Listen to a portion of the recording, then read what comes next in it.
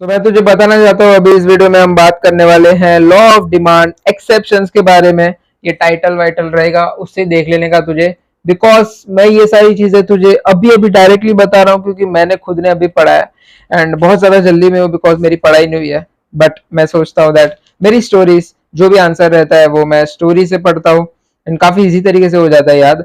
तो मैं तुझे समझा दूंगा तो भला हो जाएगा, मुझे इससे कोई मतलब नहीं है व्यूज व्यूज के लिए। क्या मैं ये वीडियो ऐसे बना रहा हूँ, मुझे क्या, मैं किसी को पढ़ा के, मेरा गोल ही नहीं है पढ़ाने का कुछ।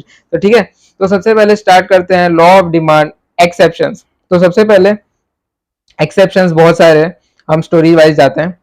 तो सबसे पहले स्टोरी यही है, दो दूध वाले होते हैं। ठीक है, इस स्टोरी में दो दूध वाले हैं। अब जो पहला दूध वाला है ना, वो दूध में ना मिलावट करता है। तो लोगों को पता चल जाता है कि ना वो दूध में मिलावट कर रहा है, तो उससे कोई खरीदता ही नहीं है, कोई खरीदता ही नहीं है। तो इसका मतलब हो जाता है हमारा पहला पॉइंट, गिफिन्स पैराडॉक्स। गिफिन्स पैराडॉक्स मैं मतलब तुझे ऊपर ऊपर से बता रहा हूँ, पूरा अंदर से नहीं बताऊंगा दैट ये है मतलब एकदम से डिटेल में आंसर। वो जाके तू कोई और स्टडी चैनल में पढ़ जहाँ पे कोई स्टोरी में नहीं समझा रहा है। ठीक है, सेकंड पॉइंट है हमारा, पॉइंट नहीं स्टोरी, स्टोरी में ये आता है अब वो दूध में मिलावट करता था, अब उसने खुद को सुधारा और जाके दूध अच्छे से बेचने लगा।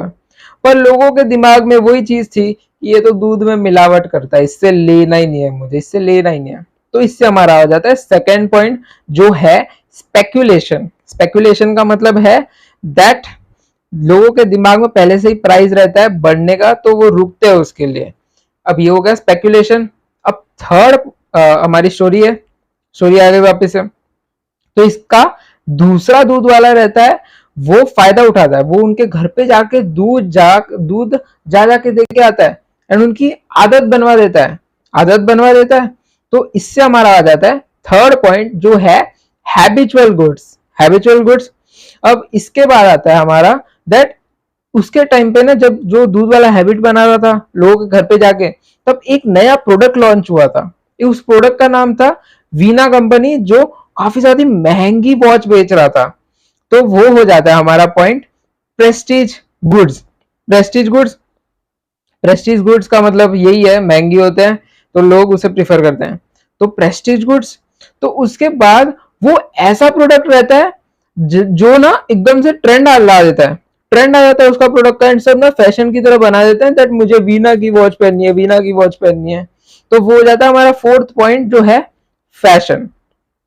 फैशन। अब उस फैशन में ऐसे बहुत सारे लोग रहते हैं जो ना ये पहनते ही नहीं है, ऐसे लुच्चे लोग रहते हैं ना जो ये वॉच पहनते ही नहीं है। तो वो हो जाता है हमारा पॉइंट फिफ्थ पॉइंट जो है इग्नोरेंस। इग्नोरेंस। अब इग्नोरेंस के बाद वो जो लुच्चे लोग रहते हैं उन्हें क्या दिमाग में रहता है कि मैं तो अपनी रोज की लाइफ जीना चाहता हूँ, मुझे इस चीज की जरूरत नहीं है। तो उन लुच्चे लोगों के दिमाग में जो चीज रहती है ना, अभी जो मैंने तुझे बताई कि मैं जो रोज की लाइफ है वो जीना चाहता हूँ, तो इससे हमारा आ जाता है छठवां पॉइंट नेसेसिटीज।